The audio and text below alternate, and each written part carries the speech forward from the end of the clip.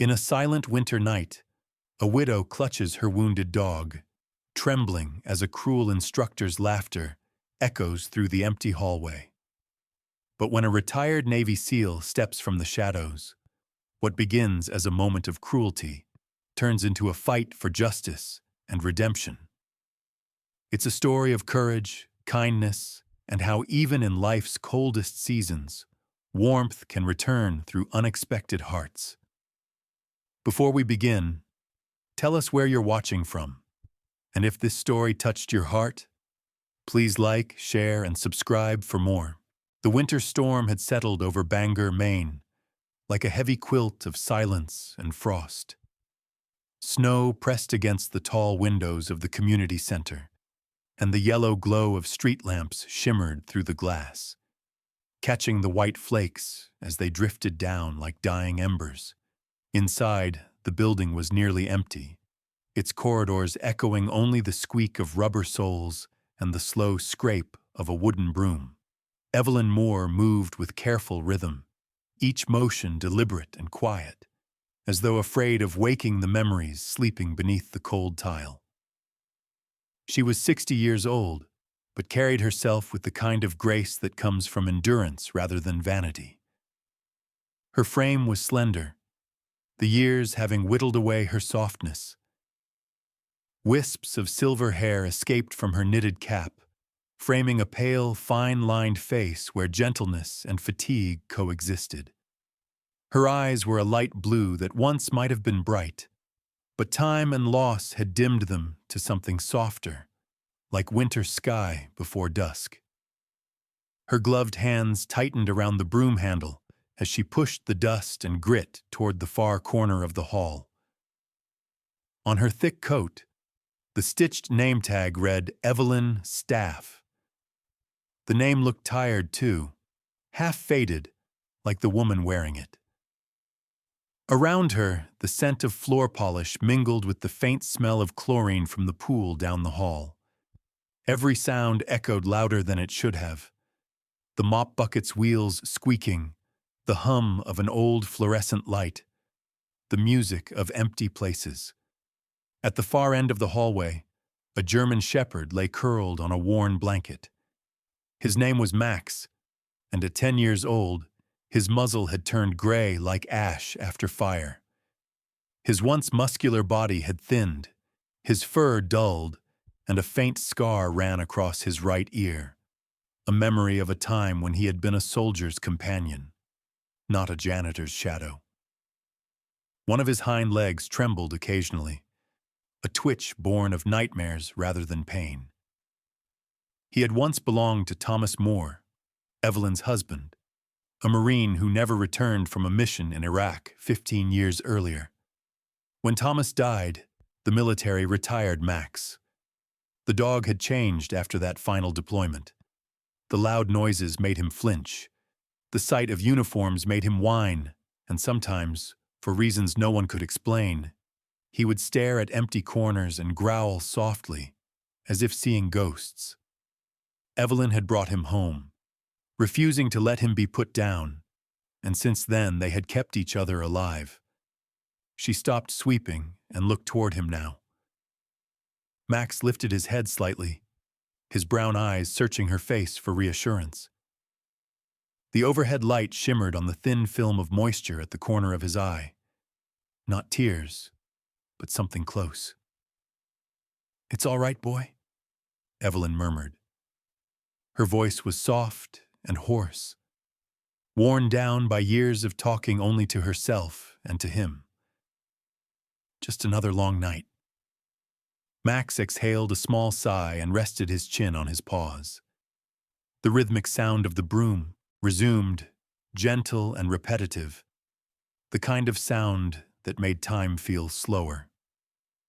Evelyn liked it that way. She preferred the quiet order of cleaning to the noise of the world outside.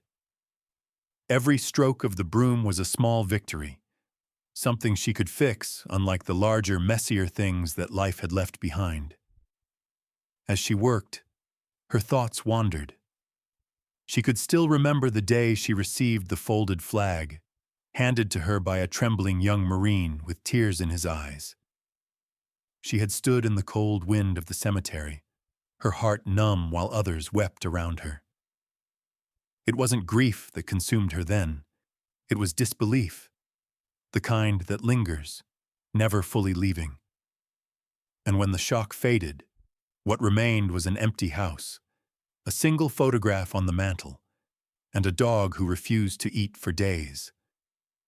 Her hands paused. She leaned on the broom and listened. The heating vent rattled softly, filling the air with a hum. Somewhere outside, the wind howled like a restless spirit. Evelyn's gaze drifted to the snow beyond the glass, the falling flakes catching in the orange glow of the lamppost. She wondered, not for the first time, whether Thomas would have recognized the woman she had become, quieter, thinner, more cautious. He used to say she laughed too easily. She couldn't remember the last time she had. A loud slam echoed down the hallway, the heavy door of the gym closing as someone left. The sound made Max jerk upright, his fur bristling along his neck. He let out a low whine and pressed against the wall, trembling. Evelyn dropped the broom and hurried to him, kneeling down on the cold tile. "Hey, hey," she whispered, wrapping her arms around his shoulders. "You're okay, sweetheart. It's just the wind."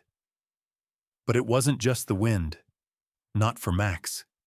His body trembled like a bowstring, and his breathing came fast. His eyes darted toward the door as if expecting the noise of explosions that weren't there. Evelyn held him tighter, her cheek pressed against his head. "Shh, it's over," she murmured. "You're safe. We're both safe now." For a long moment, they stayed like that. Two survivors caught in a loop of fear and comfort. The fluorescent light buzzed above them, cold and constant, illuminating the contrast between her fragile human hands and the coarse fur beneath them. After a while, Max's breathing slowed, and he licked her wrist, tentative but trusting. Evelyn smiled faintly, though her eyes glistened. She stood up slowly, joints aching, and picked up the broom again. "See, we're fine," she said quietly. "Just another night, you and me." Her words faded into the hum of the building. She began sweeping again, slower this time, her thoughts drifting back to her small apartment 3 blocks away. A single-bedroom space with a broken heater and too many framed memories. She would go there soon, once her shift ended, and heat a can of soup while Max slept near the stove. Maybe she would read, for a while, maybe not. Nights like this had no real shape. They just stretched out like the snow, endless and cold, waiting for dawn. But for now, there was the floor, the broom, the dog, and the faint warmth of shared survival. In the vast, frozen city, they were just 2 quiet souls cleaning a hallway no one noticed. And somehow, that was enough to keep them both alive for one more winter night. The following night, the storm had not yet passed. Snow gathered in pale drifts along Main Street, muffling the hum of traffic and turning the town into a world of stillness. Inside the Bangor Community Center, the air was warmer, carrying the faint smell of old wood, chlorine from the pool, and the sharp tang of cleaning supplies. The sound of a basketball bouncing in the far gym echoed faintly, rhythmic and distant, like a heartbeat trying to keep time. At a small corner table near the vending machines sat Henry Cole, a man who had spent more of his life in deserts and jungles than in living rooms.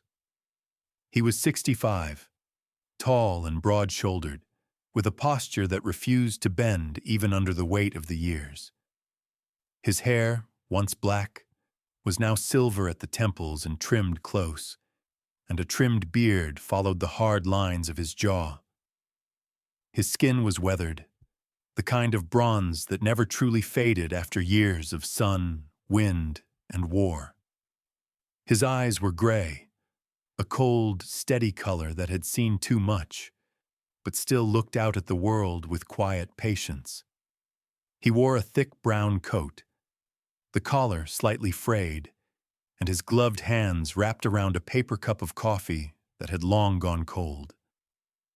The people who worked at the center knew him simply as the veteran. He came most nights, sat in the same spot, spoke little. Sometimes he would help the janitors lift heavy boxes or replace a light bulb without being asked. Most assumed he was lonely. Few knew the truth, that Henry Cole was trying to remember how to live in a world without an objective, without orders, without someone's life depending on his next decision. For 20 years, Henry had been part of a Navy SEAL team, a life defined by precision and purpose. His last mission, however, had cost him his hearing in one ear and the life of his best friend, Captain Robert Lang, a man he had served beside for 15 years.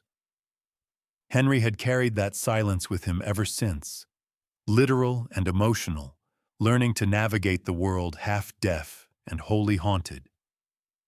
The military called it adjustment disorder. He called it penance. Now, sitting in that corner, Henry watched as life unfolded in slow motion. A group of seniors shuffled out of a yoga class, laughing softly. Two teenagers argued over a vending machine that refused to release a candy bar. And down the hall, a small figure in a gray coat pushed a mop bucket slowly along the floor. It was Evelyn Moore. He had seen her before, always quiet, always methodical. There was something about her that caught his attention in a way he couldn't quite name. The way she kept her shoulders tucked in as if to make herself smaller. The way her steps echoed, steady but weary, as though she were marching through memories instead of hallways. And of course, the old dog who followed her. A German shepherd with a graying muzzle and cautious eyes, Max, he thought. He remembered the name because she said it often, softly, like a prayer. The dog moved close to her heels, obedient yet watchful, his tail low, his movements slow and deliberate. Henry recognized the posture instantly. The dog had once been trained for war. You could tell by the way he scanned the room before lying down, by how he reacted to sudden sounds, every muscle tightening like a coiled spring. That night, Henry sipped his coffee and kept his eyes on the woman and her dog. There was a fragility in them both, but also a quiet dignity. He'd seen that same look on soldiers returning from deployment, people who carried invisible wounds and tried to fill the silence with small, repetitive acts. Evelyn swept floors. He drank coffee. Both of them were just trying to find rhythm again. "Evening, Henry," a voice said beside him. He turned. It was Marjorie White, the evening receptionist. She was in her late 40s, short and round-faced, with kind eyes behind thin-rimmed glasses. She always wore bright scarves and spoke to everyone like a mother might. Tonight, her scarf was red, and she carried a clipboard pressed to her chest. "Evening, Marjorie," Henry said, his voice gravelly but polite. She smiled. "Still keeping the coffee company?" "Someone's got to make sure it doesn't get cold," he replied. Marjorie chuckled softly, though she looked at him a moment longer than usual. "You know, you could volunteer here, Henry. Help out with the Veterans Fitness Program or the after-school defense class. I think the kids could learn a thing or two from you." Henry gave a faint smile, the kind that didn't reach his eyes. "I'm retired from saving people. These days, I just try not to get in the way." Marjorie sighed but didn't push further. "Well, if you change your mind, I'll put your name down." After she left, Henry looked down the hallway again. Evelyn was kneeling now, scrubbing a scuff mark off the tile while Max sat beside her, head tilted, eyes tracking every motion of the mop. The sight was strangely grounding, reminding him of his own mother cleaning floors in a diner when he was a boy, long before war ever touched his life. He had forgotten how steadying quiet work could be. A sudden bang from the gym doors shattered the calm. Henry flinched automatically, muscles tensing before his brain even registered the sound. Down the hall, Evelyn froze too, the mop handle slipping from her hand. Max jerked upright, barking once, a sharp, fearful sound. The door swung open and a man stormed out, his voice echoing through the corridor.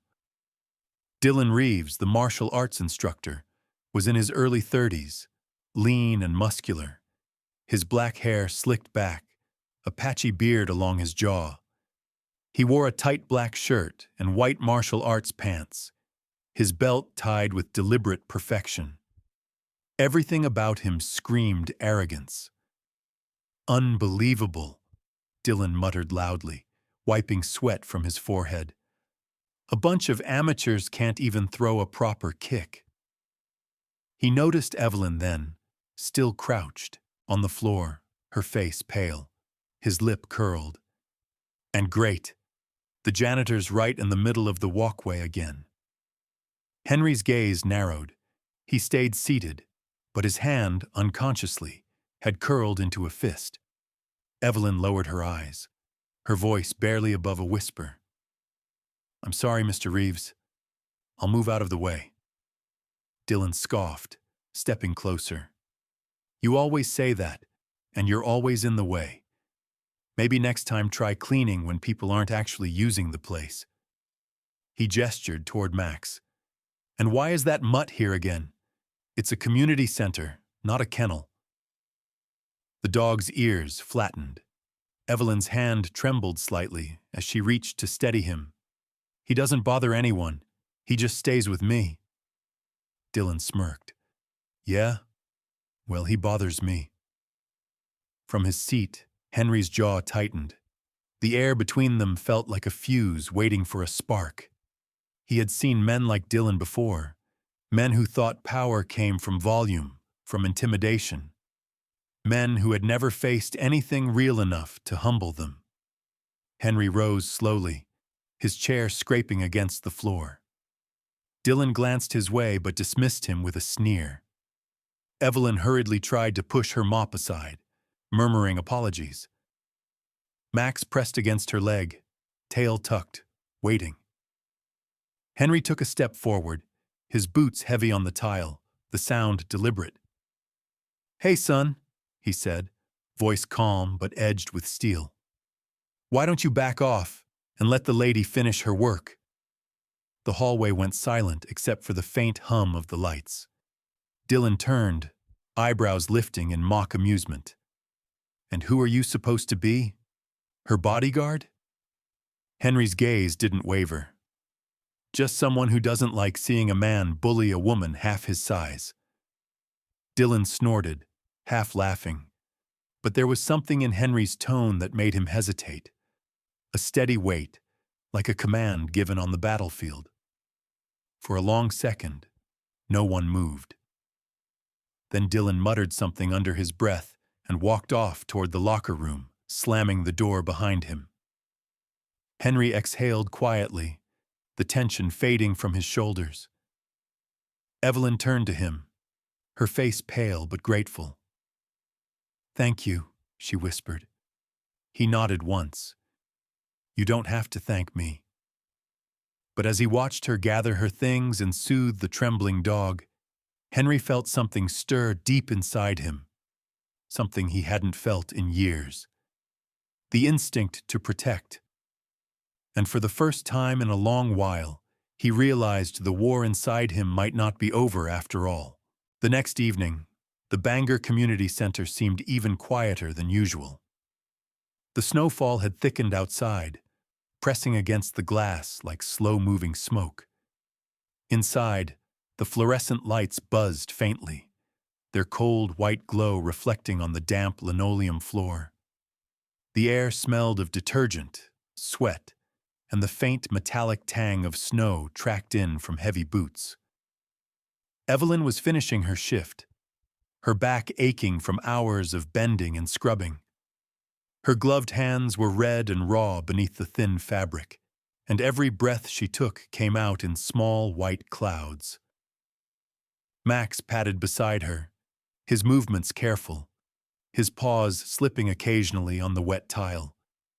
His eyes followed her every step, loyal as always, though each noise from the far gym made his ears twitch nervously. In the distance, the muffled thud of fists hitting punching bags broke the stillness. Then came a voice, sharp, commanding, and filled with irritation. "Do it again! I said again!" That voice belonged to Dylan Reeves, the karate instructor. He was in his early 30s, tall and lean, with short black hair slicked back and a jawline too sharp for his own good. His face was handsome in a cold, mechanical way, the kind that looked carved rather than lived in.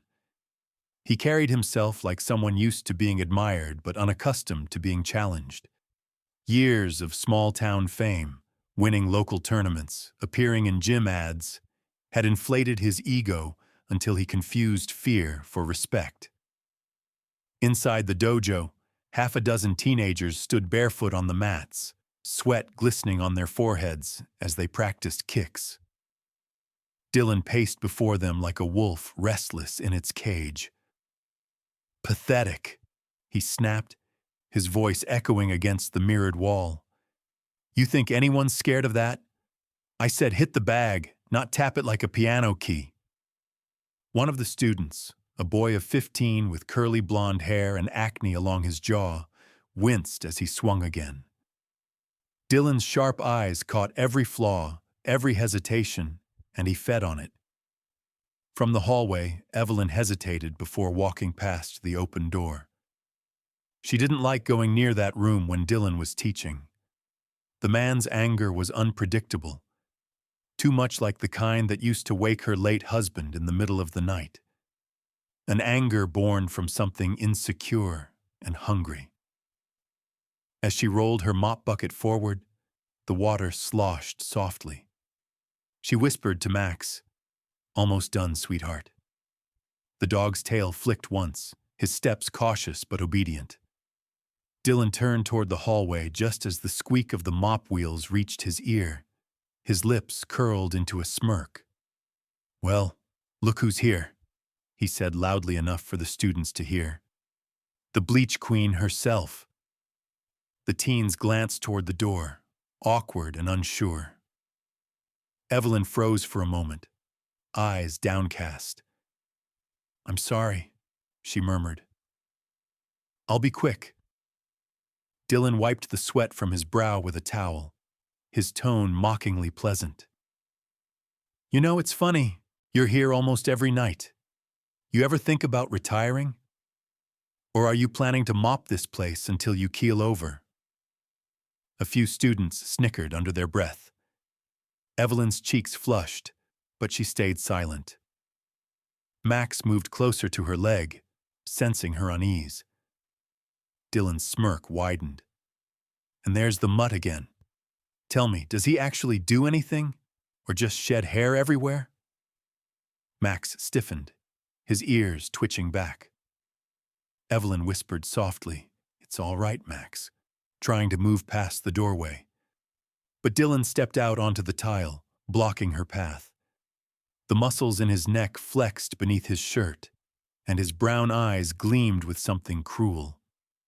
"Come on, you can answer. Does he still remember how to bite, or did he forget that too?" Evelyn shook her head. "Please, Mr. Reeves, he's just nervous. He's old." Dylan chuckled. "Nervous, huh? Sounds familiar." His foot nudged the mop bucket slightly, making the water ripple. "You know what? Maybe he needs a little reminder." He raised his leg and kicked the side of the bucket hard. The metal clanged, and dirty water splashed across the floor and onto Evelyn's shoes. Max yelped, backing away. Evelyn gasped, dropping her mop as she tried to steady the bucket. Dylan laughed, the sound sharp and ugly. "Oops, guess I forgot to watch my step." Max's trembling turned into a low growl, a deep, broken sound that vibrated in his chest. His fur stood on end.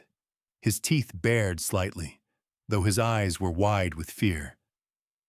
Evelyn reached for his collar. "No, Max. Stay," she whispered. But Dylan's smile faded into irritation. Did that thing just growl at me? He took a step forward, looming over them. Evelyn backed away instinctively, her heart pounding. "Please don't." Her words were cut off by a sudden movement. Dylan's leg swung in a practiced arc, a perfect roundhouse kick.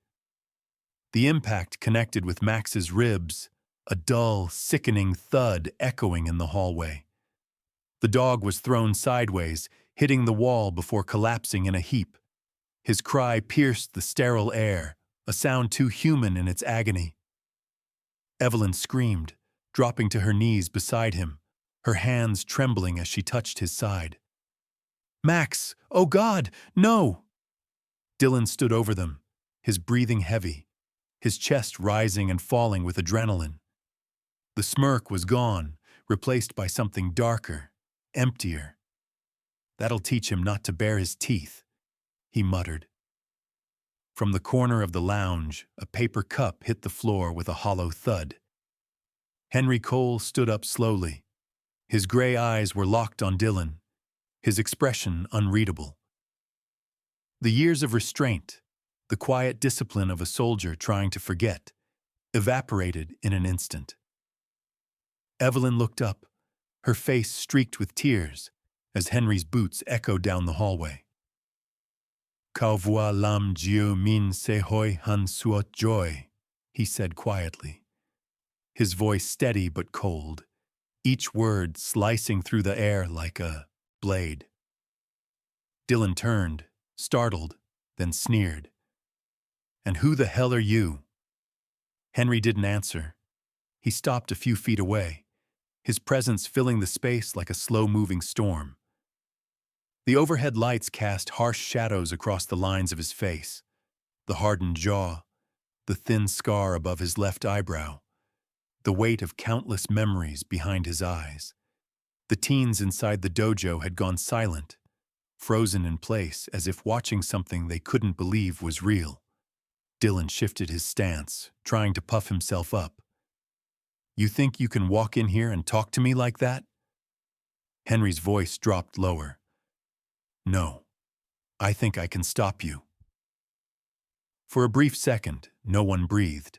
The tension hung heavy, electric, as if the air itself were waiting for what would come next. Evelyn knelt beside Max, her fingers trembling as she felt the shallow rise and fall of his chest. "Please," she whispered, her voice breaking. "Stop!" But Dylan didn't move back. His pride had already chained him.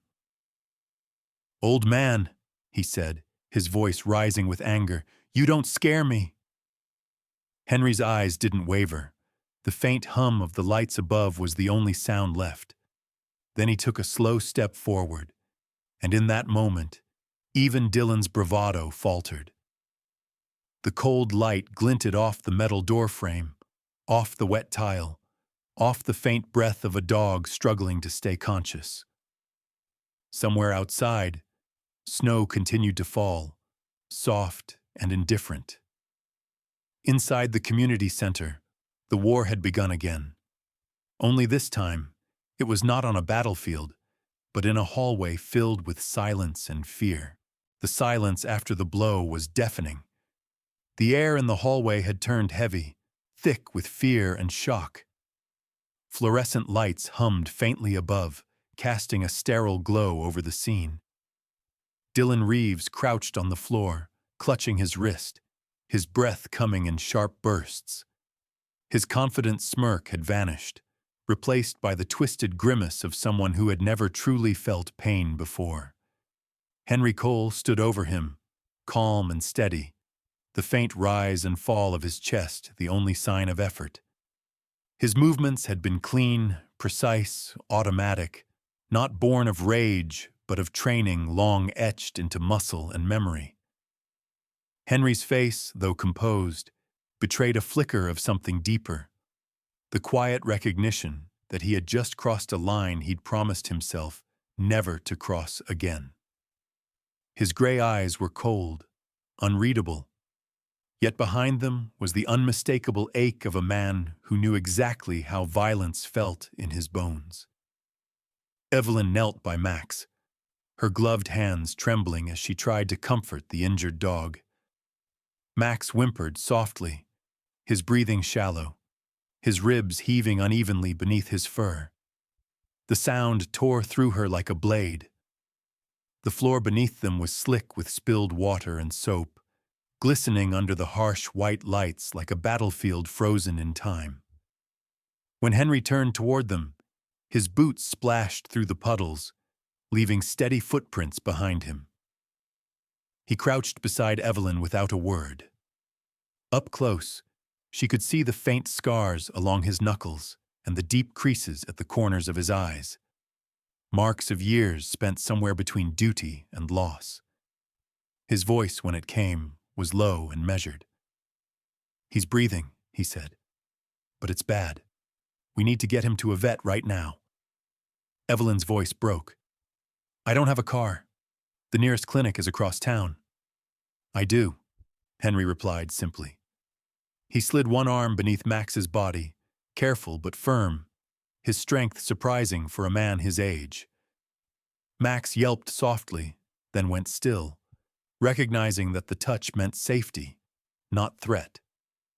Evelyn followed, clutching her bag, her tears leaving faint streaks on her pale cheeks.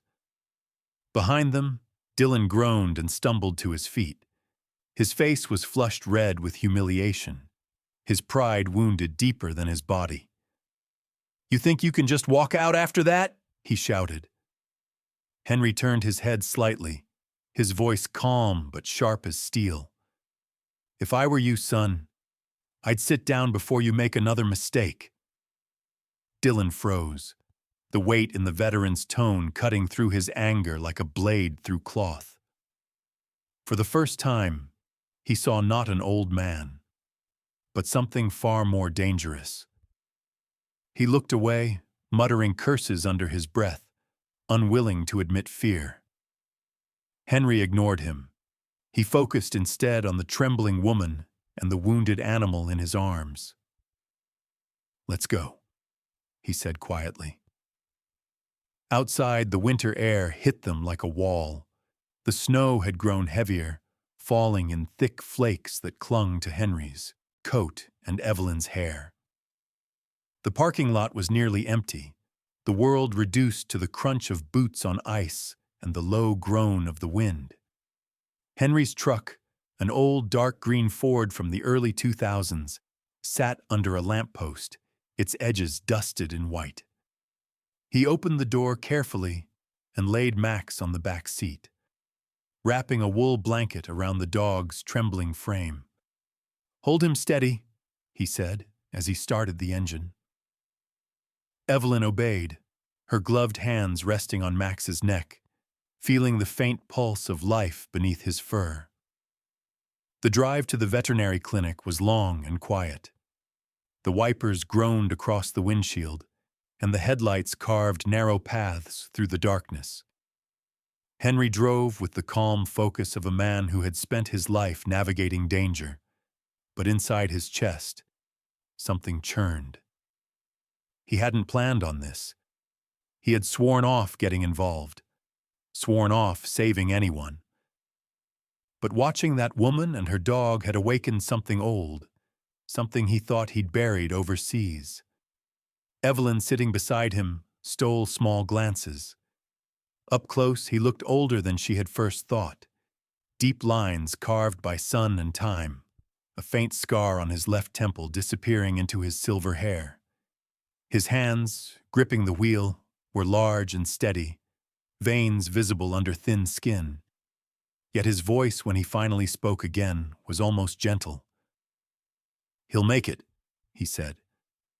"Dogs like him, they don't give up easy."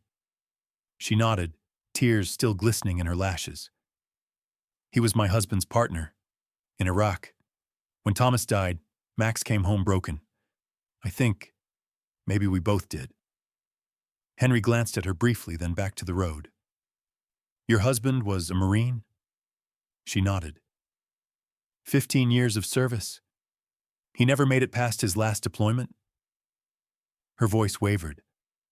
Sometimes I think Max remembers more than I do. The sounds, the smells. Whenever there's thunder, he hides under the bed, like he's still there. Henry's jaw tightened. He didn't speak, but she could sense he understood. He had that same haunted look, the one that told her he too carried memories he didn't talk about. When they reached the clinic, the glowing red sign read, Harbor Animal Hospital, open 24 hours. The building was small but warm, light spilling out into the snow like a beacon. Inside, the smell of antiseptic filled the air. A young woman in a blue coat hurried to meet them at the door. Dr. Grace Holloway, the night veterinarian. Grace was in her early 30s, tall and willowy, with light brown hair tied in a messy bun and dark circles beneath her kind hazel eyes. She had the look of someone who worked too much and slept too little but still cared too deeply to stop. What happened? She asked quickly. Blunt trauma, Henry replied. Dog took a kick to the ribs. Grace's expression hardened. Get him on the table. We'll take care of him. As the vet and her assistant, a quiet young man named Lucas, worked, Evelyn stood beside the table, her hands clasped tightly. Henry stayed a few feet back, watching silently, the low hum of machines filling the room. Grace's voice was calm, professional, but underneath it was quiet anger.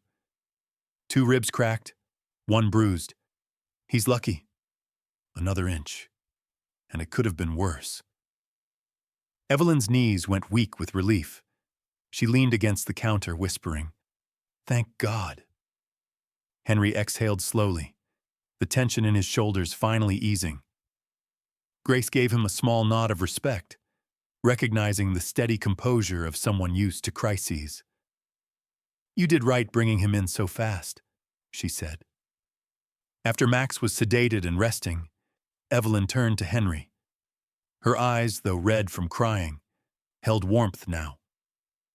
Why did you help us? She asked softly. Henry hesitated. He looked at the sleeping dog, then at her. Because I've seen what happens when no one does. For a moment, neither spoke. Snow drifted past the clinic windows, and in the faint reflection, Evelyn saw something in his face. Not just strength, but exhaustion. The kind that comes from carrying the world too long. Outside, the storm had eased to a quiet flurry. As Henry walked her to the truck, Evelyn whispered, You didn't have to stay. Henry opened the door for her. Maybe not, but I think I was meant to. And as they drove back through the sleeping town, 2 souls bound by loss shared a silence that didn't feel empty anymore.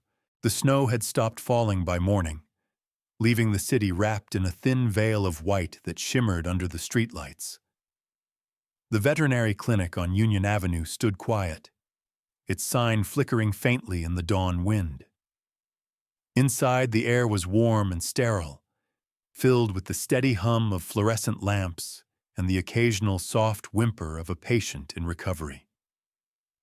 Evelyn sat in a small waiting room chair, her gloved hands wrapped tightly around the leash that led to the sleeping German shepherd beside her.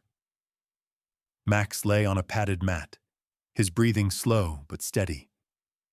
A thick bandage ran along his ribs where the doctor had wrapped him, and his fur shimmered faintly under the glow of the overhead light. He looked fragile, nothing like the proud soldier's dog he once was. Yet in his quiet, in the faint twitch of his tail, there was still something enduring, something stubbornly alive. Across from her sat Henry Cole, leaning forward, his elbows resting on his knees. His coat hung loosely from his broad shoulders, patches of snow melting and dripping onto the tile. His expression was unreadable, but his presence filled the room like a steady heartbeat. Every now and then, his eyes shifted to Max, then to Evelyn, and then to the floor, as though he were searching for something to say and choosing, wisely, to let silence do the talking. Dr. Grace Holloway stepped out from the back room, removing her gloves. Her eyes were rimmed with exhaustion, but she smiled gently. "He'll be all right," she said. "2 cracked ribs, 1 bruised. He's lucky, strong dog, older, but with a good heart." Evelyn exhaled, her shoulders trembling with relief. "Thank you, doctor," she whispered. Grace nodded. "Keep him warm. Light walks after a week.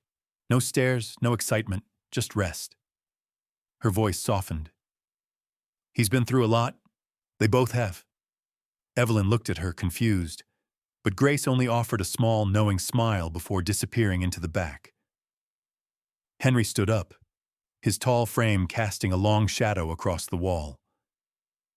"I'll drive you home," he said quietly. Evelyn wanted to refuse, to insist she could manage, but the words never came.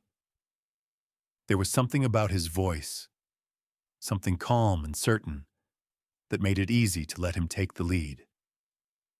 Outside, the morning was sharp and clean. The snow beneath their boots squeaked with every step.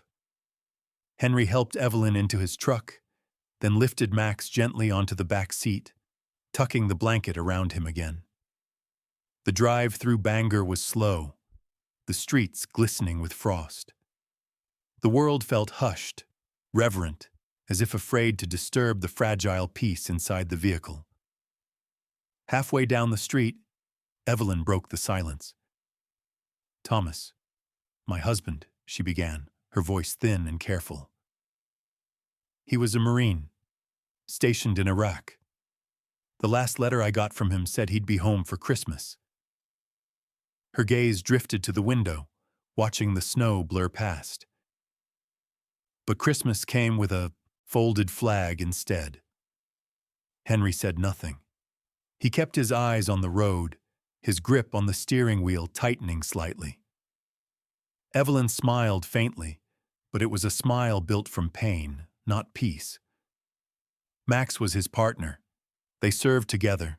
The report said Thomas died shielding his team from an explosion. Max survived, but they said he never worked right after that. Jumpy, anxious, they were going to put him down. Henry turned to her briefly, the muscles in his jaw flexing. "So you brought him home." "I couldn't let him go," she said simply. "He was all I had left of Thomas. I thought, maybe we could heal each other." The truck rolled through a stretch of quiet houses dusted in snow. Finally, Henry spoke.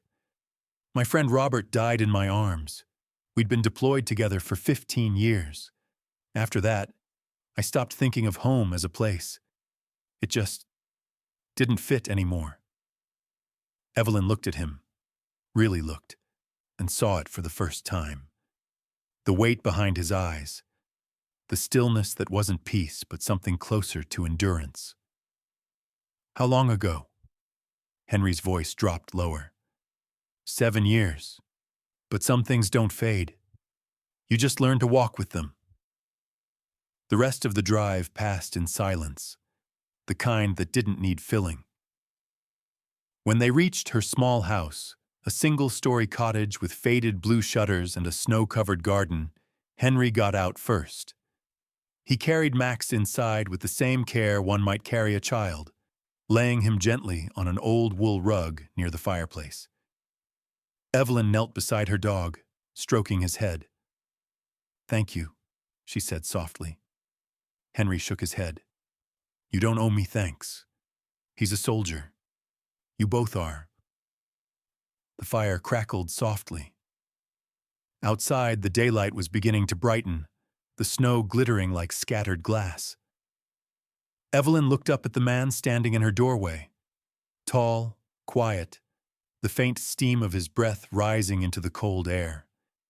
And for a fleeting moment, she thought she saw Thomas again. Not in his face, but in his posture, in the way he carried sorrow with dignity. "Would you like some coffee?" she asked. Henry hesitated, then nodded. "Sure. Black." They sat across from each other at a small kitchen table, steam rising from chipped mugs. Between them lay silence again, but this time it wasn't heavy. It was familiar, like an old blanket shared between two weary travelers. Evelyn spoke first. "Do you ever stop missing them?" Henry looked into his coffee, then at her. "No. You just learned to live for what they'd have wanted you to." The clock ticked softly. Evelyn's eyes watered, but she didn't cry. "I think he'd have liked you," she said, voice trembling with the smallest hint of laughter. Henry smiled for the first time that morning, a real, unguarded smile that transformed his weathered face. "I think I'd have liked him too." When the time came for him to leave, Evelyn walked him to the door. The snow had started again, slow and silent, flakes catching on her gray hair. Max lifted his head weakly from the rug, watching them with sleepy eyes. Henry looked back at the dog, then at her. "I'll stop by tomorrow," he said. "Check on him." "You don't have to." "I know." He gave a small nod. "I want to." From that day forward, he did. Every evening, Henry returned to the community center, fixing broken lights, tightening loose hinges, helping kids with self-defense drills, always with a quiet word and a warm presence. And each time, Max's tail wagged a little stronger, his eyes a little brighter. For Evelyn, the days grew gentler. The winter still howled outside, but inside there was laughter again. Quiet, hesitant laughter that came from the fragile miracle of two souls rediscovering warmth. One snowy evening, as Henry finished fixing a flickering hallway bulb, Evelyn approached him with a small bundle wrapped in brown paper. "You're always out there in the cold," she said, smiling shyly. "Here, I made this." Henry unwrapped it carefully. Inside was a hand-knit scarf, thick and warm, the yarn soft under his calloused fingers. He looked at her, the faintest glimmer of emotion in his steel-gray eyes. "It's perfect." And as the light from the repaired bulb glowed steady above them, the two stood quietly, a widow, a soldier, and a dog, finding, at last, a light that winter could not take away.